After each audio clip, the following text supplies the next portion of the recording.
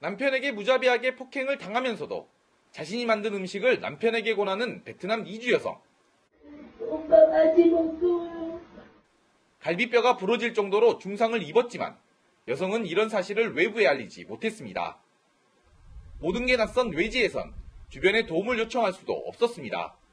계속 집에 있어. 밖에가 안 나가. 같이 만나고 없었어. 얘한테는 굉장히 잘려하고 사고는 좀 안 좋은 것 같아요. 연락이 겨우 닿은 지인에게 폭행당한 사실을 고백했지만 경찰에 신고하자는 지인의 설득엔 고개를 저었습니다. 남편과의 사이에서 낳은 2살 배기 아들 때문에 가정만은 지키려 했다는 겁니다. 아니 애 아빠한테 어떻게 신고를 하냐. 애도 키우고 해야 되는데 이렇게 해서 본인은 신고를 안 하세요. 결국 남편의 폭행은 지인이 관련 동영상을 SNS에 올린 뒤 경찰이 수사에 착수하면서 드러나게 됐습니다. 현재 피해 여성과 아들은 모처에서 치료를 받으며 안정을 취하고 있습니다. 이혼은 물론 남편에 대해 강력한 처벌을 요구하는 것으로 전해졌습니다. 채널A 뉴스 공국진입니다. 그래서 이 아내가 신고를 못했던 겁니다. 그런데 이 남편, 자신의 아들도 때린 것이 확인됐습니다. 기자들이 이렇게 물었습니다. 우는 애는 왜 때리신 거예요? 아이를 왜 때리신 거예요?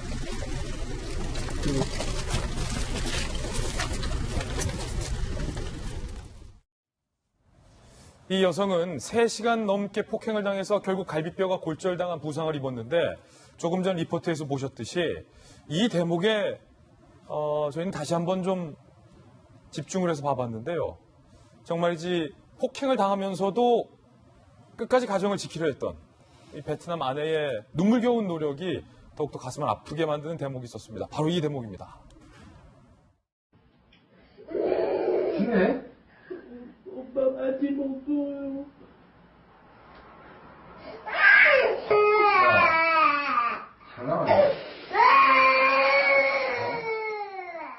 박 대변인. 너무 처연해서 자꾸 보고 싶지는 않지만 그래도 너무나 가슴 아픈 큰 대목이 이제 2가지가 저는 보이는데 지금 딱 저거 하면 저게 3시간 폭행 이후에 갈비뼈가 부러지고 손가락도 부러진 상태에서 그래도 오빠 같이 먹어요라고 얘기하면서 남편한테 뭔가 음식을 권하고 우는 아이를 이렇게 또 그 아픈 갈비뼈를 이렇게 안잖아요. 그 얼마나 그 짠하고 그 마음이 힘들었을까라는 생각 하나. 두 번째는 앞서 저희가 얘기했습니다만 그러니까 베트남 현지에서도 폭행을 당하고 아이 낙태시켜라라고 해서 도망가서 낳은 아이지만 그래도 한국에서 교육시키고 싶고 한국 사람으로 키우고 싶어서 여기 돌아왔던 그 여자분의 말을 이 2가지가 저는 아주 가슴이 찡하더라고요. 그러니까 앞으로 사건이 어떻게 정리가 되고 저분이 어떻게 우리에서 정착이 될지 잘 모르겠지만 한국 사람으로 키우고 싶다는 그 말에 우리 국민 모두가 좀 다 마음으로 도와주면서 잘 클 수 있도록 저 상처 딛고 클 수 있도록 해줬으면 하는 바람이 좀 생기네요.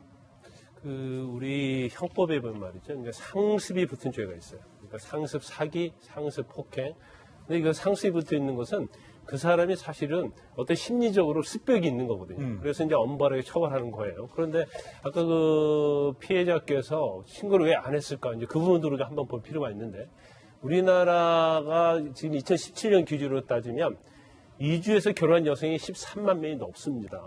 그런데 그중에서 10명에서 한 4명 정도가 가정폭력을 당한다고 이렇게 나와 있어요. 그런데 왜 저렇게 신고를 하지 못하는 이유는 여러 가지가 있지만, 물론 자기 뭐 남편이고 자식의 부모이기 때문에 그렇긴 한데, 제일 중요한 것은 지금 현행법상 F6 비자를 받아서 한국에 옵니다. 근데 결혼을 하면 1년 이후에 연장을 하든지 아니면 영주권을 얻어야 하는데, 그걸 얻기 위해서는 남편의 신원보증이 필요해요. 또 그러다 보니까 남편이 신원보증이 없으면 한국에 체류할 수 없는 거죠. 그렇지만 이제 법을 좀 개정을 해서 이렇게 지금 뭐 폭력을 휘두른 경우에는 뭐 신원보증 없이도 할 수 있습니다만은 아예 이러한 법 체계 자체도 바꿔야 한다. 그런 목소리가 좀 크게 있습니다. 결국 이 사건 때문에 국무총리도 대한민국의 경찰청장도 사과했죠?